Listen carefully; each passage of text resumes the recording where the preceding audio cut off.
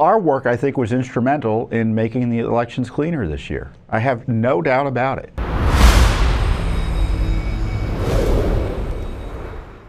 The big news this week, and I'm still tired. I don't know, are you still tired? I stayed up late watching the election returns.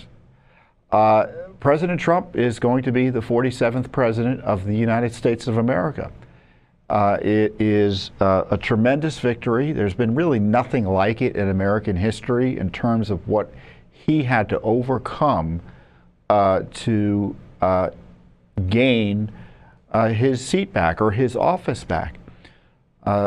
He faced large odds that no other president or candidate for presidency has ever faced, and he promoted or created a kind of a broad national coalition that could have potentially long-lasting solidity in our nation's political life, where he increased support among certain key demographics.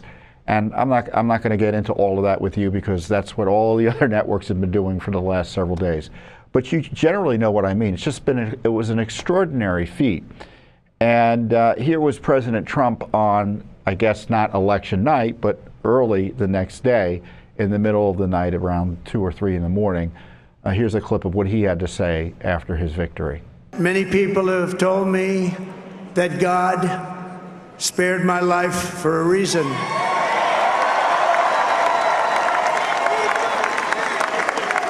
And that reason was to save our country and to restore America to greatness. And now we are going to fulfill that mission together. We're going to fulfill that mission. The task before us will not be easy, but I will bring every ounce of energy, spirit, and fight that I have in my soul to the job that you've entrusted to me. This is a great job. There's no job like this. This is the most important job in the world. Just as I did in my first term, we had a great first term, a great first term. I will govern by a simple motto: promises made, promises kept. We're going to keep our promises. Nothing will stop me from keeping my word to you, the people. We will make America safe, strong, prosperous, powerful, and free again. And I'm asking every citizen all across our land to join me in this noble and righteous endeavor. That's what it is.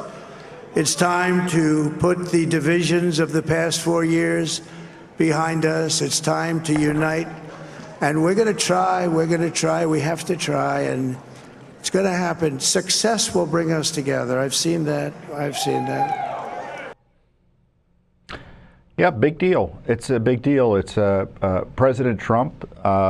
He won, right? It's his victory. Obviously, there are people, the voters put him in office, but it was a remarkable personal victory for him, and congratulations to him. And this was my initial reaction the other day, a quick one.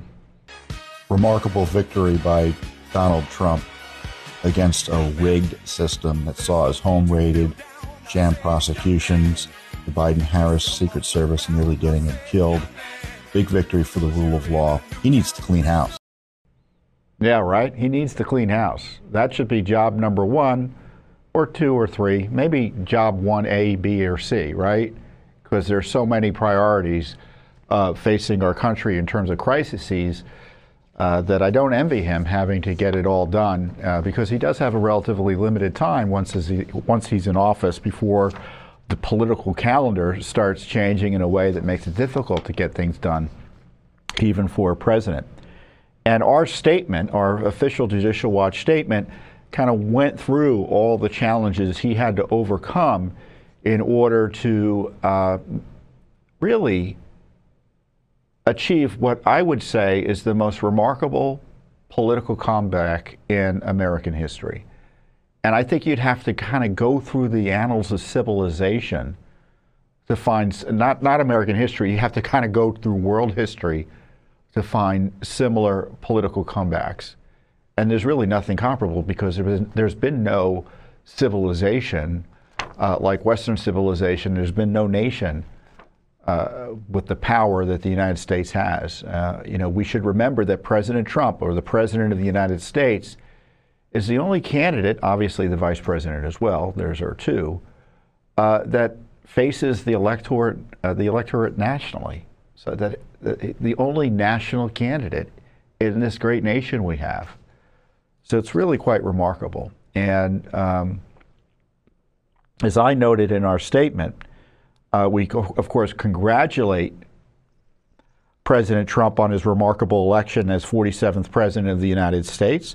The voters broadly and directly repudiated the lawfare targeting Trump, as well as the dangerous government abuses and contempt for the rule of law endemic here in Washington, D.C.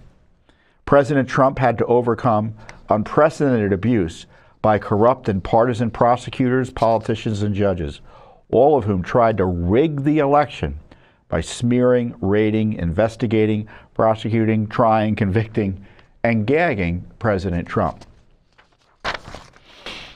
In short, President Trump needs to clean house. The FBI and Justice Department are irredeemably compromised and corrupt, and the government abusers who targeted Trump and other innocent Americans should be subject to criminal investigation. And as sunlight is the best disinfectant, President Trump should open wide the deep state files on politicized deep state lies and corruption, especially its war on the rule of law, constitutional government, our First Amendment, and other civil rights. Judicial Watch, of course, and you know this, is ready, willing, and able to help and sue for government accountability as we continue our mission to uncover what the government is up to and to enforce the rule of law for election integrity, immigration, and of course against the crazed woke discrimination and racism. So the threats aren't going to stop, right? And this is why Judicial Watch's mission is as important as ever, during any presidential administration. And what I'm hoping is that President Trump focuses like a laser on opening up the records, getting the info out on the corruption of the prior several years. I'm talking about deep state corruption that goes back through Biden, through his administration, where they were targeting him from inside, and of course into the corrupt Obama administration. I used to joke, there's my tweet, defund and defang the deep state. And of course that's a big deal for what Congress has to do. But let's go to the map and see where we stand in terms of what the results are. So you can see he has a pretty broad victory here, and this is, I think, the Associated Press map, which is a bit more conservative than others who have already given him, I think, at least Arizona and Nevada, perhaps, which would bring him, I think, to 312 Electoral College votes, which is pretty extraordinary. And you can see the map itself is evidence of a kind of a broad-based support for him. In the Senate, it looks like Republicans, it's been confirmed that Republicans, let's go to the Senate map.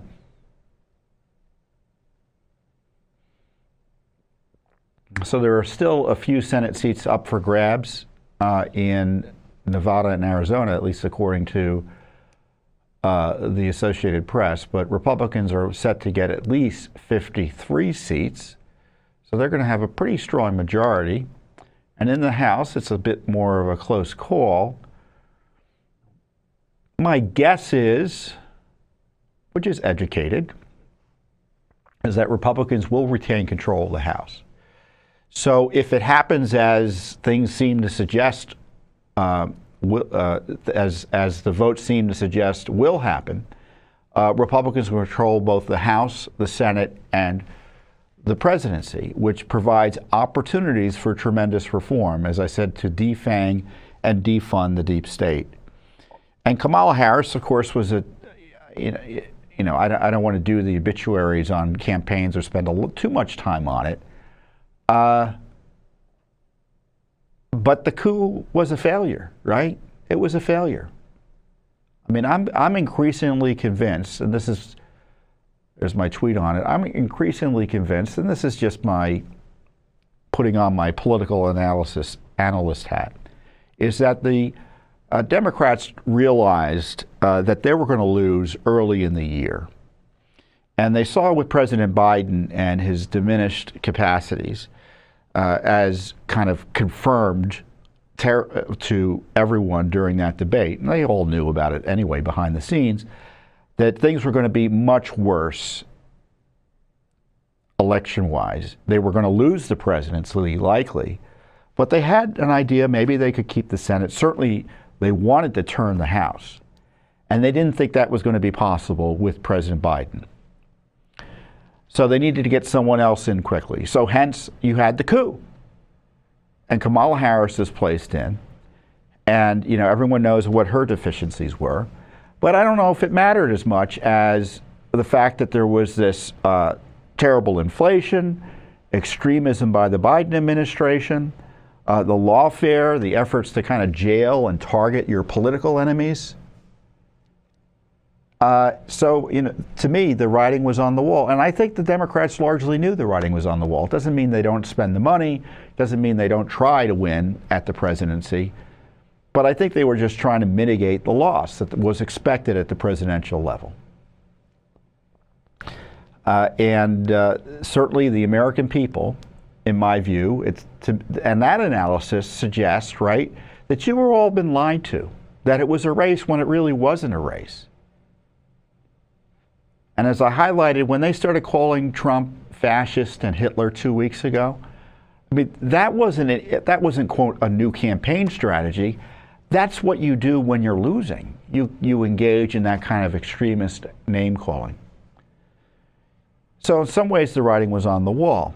Now, on the other hand, in 2020, Biden was a terrible candidate, right? And they didn't know what to do. So they kept him quiet, and I would argue they manipulated the rules and engaged in shenanigans and unprecedented after election day counting that ruined the election. And they couldn't do it again this time around. And I think they couldn't do it again largely because, or in part because, of the work by Judicial Watch and frankly other citizen activists. The Republicans got their act together a bit more on election integrity measures, and that's how the steal was stopped. Because I'm convinced that one of the reasons they didn't call the election, I don't know if you were watching it on election night. I'm sure some of you went to bed before it was called, but it was called way late, especially given all the information out there that President Trump was the winner. And I'm convinced that they were kind of figuring out ways, how could they steal it? Could they manipulate the results or suggest they still had votes outstanding in a way that would allow them to take it away from the real winner? And I don't think that was possible because of the work that Judicial Watch did and the work others did.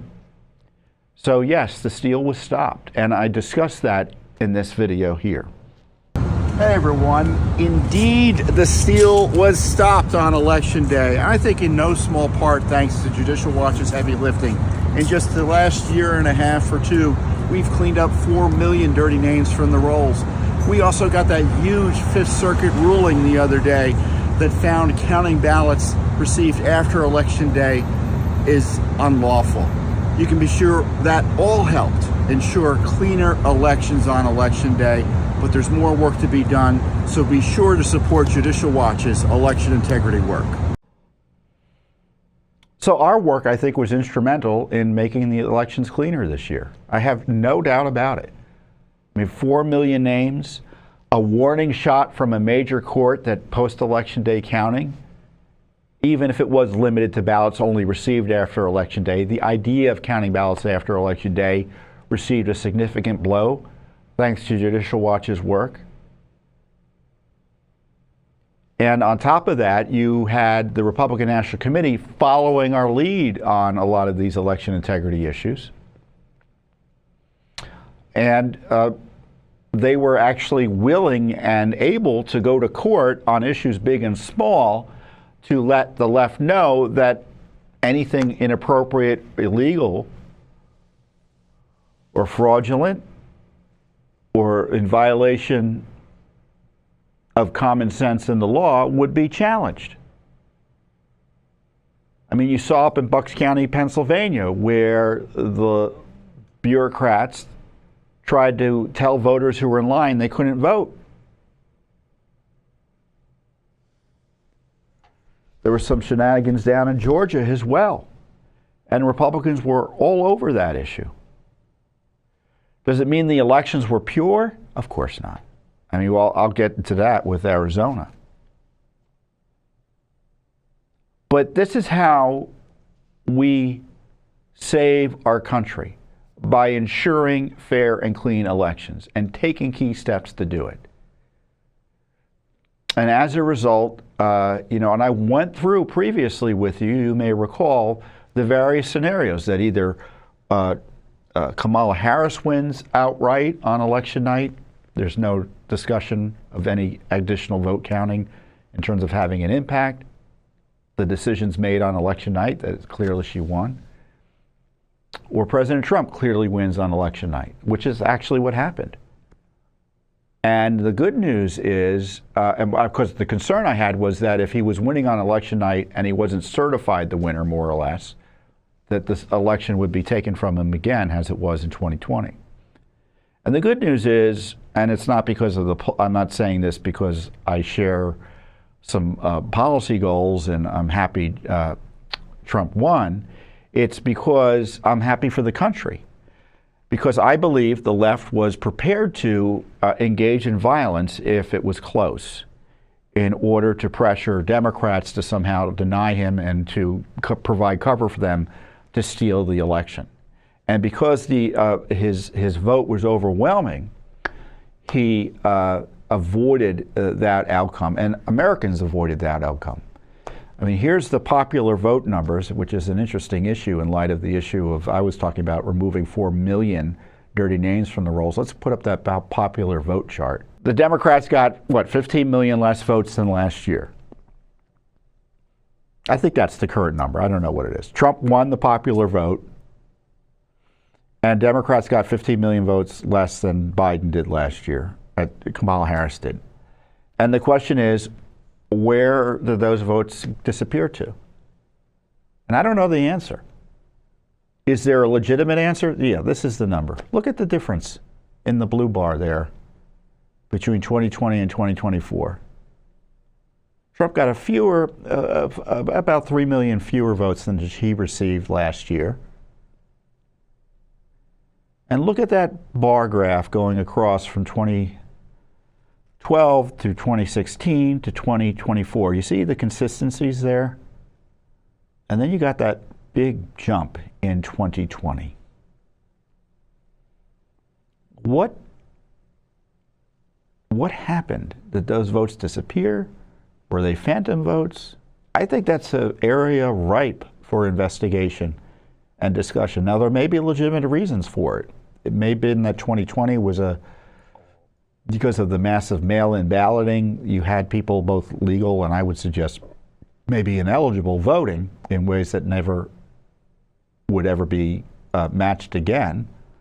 But why were they only voting for Biden? It doesn't make sense. Because I think, Trump got a record number of votes for a Republican at the time. I mean, his vote numbers, I think, would have been higher in terms of the popular vote. So it's a mystery. But the other question is, what should Trump do? And as he noted at the end of his remarks, or the remarks we showed, he's got a clean house. I mean, we've got these agencies that have been rogue, that can't be trusted to give him the time of day. I mean, I'm even concerned about the transition. Do you remember the transition from last time? When he was coming in, they used the transition to spy on him at the highest levels. So, we have to have an orderly transition of government. Don't you believe it? They never believed in it. They used the orderly transition of government to engage in sedition and spying on the incoming president and efforts to destroy him and undermine him from within. So I tell you, if I were Trump or his team, I wouldn't meet with any of them. I exaggerate for effect, but you know what I mean. I'd keep the FBI away. I'd call them and say, you know what? You guys just leave the office and leave the keys on the desk and we'll come in and figure out what to do. I wouldn't trust them as far as I could throw them. And you know who was behind a lot of that smear operation, that sedition operation? It wasn't just Obama, it was Joe too, because he had a lot riding on it because of all the corruption he had to undermine people who knew all about him, like Mike Flynn and others. So there's still grave risk for President Trump from the deep state, and it's going to take a while for him, assuming he's as aggressive as he's promised, to even get a hold of it. And in the meantime, he will remain in danger from sedition, spying, and such. I mean, for all we know, he's under criminal investigation again by this gang. Don't believe they're going away. And of course, you know, and to be fair to the Democratic Party and people who didn't support Trump, I mean, if you lost the election, you'd be upset, but you wouldn't say, well, I'm going to give up now, right? You would just reorganize and see what you could do to advance your policy agenda and maybe slow down or stop the policies you disagree with. And that's perfectly right in a republic. But what's wrong is engaging in behavior that suggests your opponents and language that suggests your opponents are illegitimate and should be, quote, overthrown through coup-like activity. Use language that the left always uses to direct violence at their opponents. I mean, look at what these governors have been saying. Here's the governor. Let's go to the governor from Massachusetts. Let's hear what she has to say about her plans to basically attack democracy, right? If the Trump administration requests it, would the Massachusetts State Police assist in mass deportations?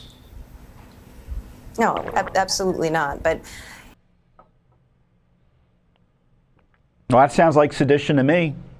What are they going to do? Help illegal aliens here in violation of law evade lawful federal authorities trying to enforce federal law? Here's Governor Pritzker, the governor of one of the most corrupt states in the country, Illinois, Democrat governor. Let's hear what he had to say. Here we are. Here's the governor of Illinois essentially promising majority of women are not the to only protect illegal aliens from disappointed in being the results of the deported election on Tuesday. as federal law requires. For many Illinoisans, Isn't it there's a a crime to aid considerable and amount abet of illegal uncertainty immigration? and Let's unease listen in. about the road ahead. And I'm here today to remind people that no matter the storm that we face, Illinois will always strive to make you welcome and safe and protected. While I was certainly surprised by Tuesday's results, I was not unprepared. Having fought through the headwinds of the first Trump administration, the General Assembly and I took proactive steps to plan for the potential of a second Trump presidency and protect our residents from the damage that it may attempt to cause. Illinois will continue to be a refuge for those whose rights are being denied elsewhere, women seeking reproductive health care, immigrants searching to work hard for a better life, LGBTQ Americans looking for Sounds like welcome insurrection and to me, protection, right? and people with disabilities whose civil and human rights are under attack. I mean, it sounds like someone wants to set up their own little country in these states. I mean, no one is suggesting anyone do anything other than follow the law on any of those issues. And there's a process to even enforce the rule of law. And they have zero interest in acceding to the lawful directives and interpretation and application of the law by the federal government. Because I don't hear like, well, we will comply with the law, and if there are violations potentially, we will exercise our rights. I hear insurrection language, right? Insurrection language. And of course, AOC, who, you know, I know many people criticize her, I think she should be taken seriously because she's a leader of this so-called resistance. Even using the word resistance, by the way, suggests that you don't use the word resistance in a democratic republic or a constitutional republic. It's typically the loyal opposition, right? Or the opposition party or the minority party. Resistance suggests that the owner, the rulers or those in power are illegitimate. And this clip from AOC, she goes full communist. Listen. Our main project is to unite the working class in this country against a fascist agenda, period. We have had an enormous setback in this election because the fascist won a lot of working class support, which has happened before in history. And we can talk about that. This is going to be a very scary time. And again, I cannot emphasize how important it is that we, as an aligned people, be very cautious about attacking one another. Yeah, I mean, that's just pure communism she's talking there. Organizing working people against a fascist state. I mean, that's like 1950s style Soviet propaganda from a senior, she's a senior person in the House and a leader in the House. And you see the governors joining her in less extreme language, right? Gavin Newsom is announcing, his opposition to the Trump administration, even before the Trump administration comes in. Same in New York. And you see that language calling him a fascist, which is, again, language that the left uses to direct violence at specific people and their opponents. If someone's a fascist, that means they don't deserve the protection of the rule of law. So it's extremely dangerous. As I noted, they denied Trump Secret Service protection, adequate Secret Service protection during the campaign and nearly got him killed. And it was for politics and it certainly constrained his campaign. That's one way to rig an election. He overcame that rigging of his campaign or rigging of the election.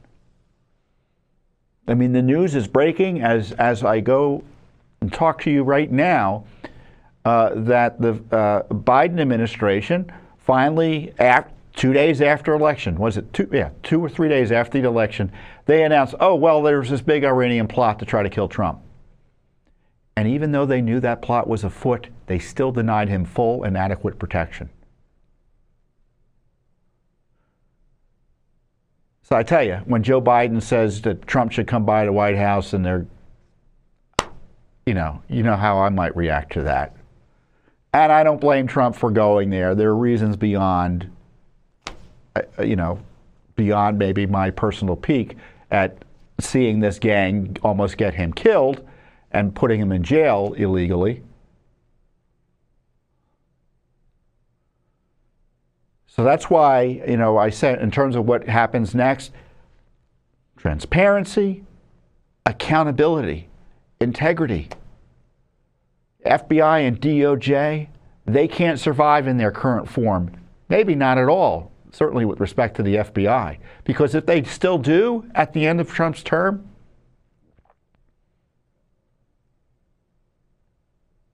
it's going to happen all over again. If Trump will obviously still be targeted and retargeted, and any other rising Republican will be too, or conservative. I mean, and I know what they're capable of doing because they did it to me in part. They did it to your Judicial Watch. I mean, some of you may not know this, but it was in 2022.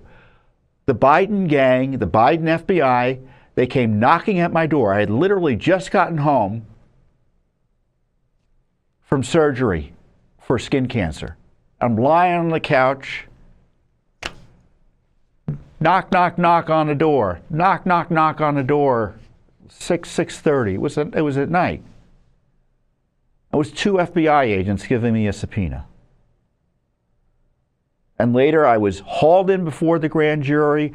Judicial Watch had to deal with this document subpoena. I had to deal with a document subpoena, and they harassed me for 4 hours over our advocacy for you, the American people, on election integrity, on the rule of law, and against Justice Department abuse. It was pure retaliation. And I'm just a witness. They want to put Trump in jail. And they still do. I mean, and to show you the political game around these prosecutions, there's announcements and leaks this week. Oh, well, there's a policy that we can't prosecute sitting presidents, so we're just going to shut all those cases down that Jack Smith's been running. Well, if they were so important, why would you shut them down? And here's the statement that Smith filed on the court docket the other day in the case that is still real active, which is the January 6th case against Trump. As a result of the election held on November 5th, the defendant is expected to be certified as president-elect on January 6th and inaugurated on January 20th, 2025. The government respectfully requests that the court vacate the remaining deadlines in the pretrial schedule to afford the government time to assess this unprecedented circumstance and determine the appropriate outcome going forward. Consistent with Justice Department policy, which is to not target presidents. Of course, the policy should be not to target former presidents, but they changed those rules for Trump. Now, what's going to happen in New York is Judge Merchan, he's got a hearing or a decision to make about whether the immunity knocks out his sham case against Trump over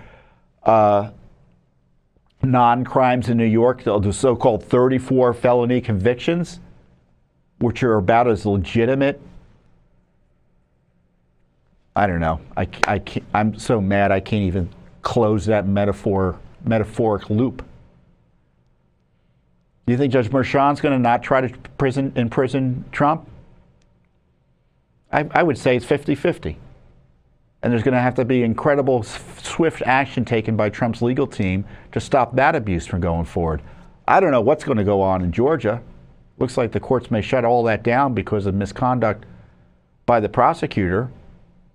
Is Jack Smith going to hold all of this in abeyance? Toll the statute of limitations? What are they going to do? Are they going to target the others around him? Scare everyone else from working for the Trump administration by pretending they have the ability to prosecute them while keeping him away, even though he's integral to the case? Trump should not only fire Jack Smith, he should look into anyone else who abused their authority, hold them accountable, and let's be clear, there must be a criminal investigation of the Justice Department's abuse of Trump and other innocents immediately. I mean, I posted something on Twitter the other day where I retweeted at my speech, one of my speeches I gave, talking about the FBI harassing me and my family. I want justice, and I'm sure Trump wants justice too, and I hope he gets it. And these agencies need to be held accountable, and if they're not, the abuses will continue, as surely as night follows day. Thanks for watching. Don't forget to hit that subscribe button and like our video down below.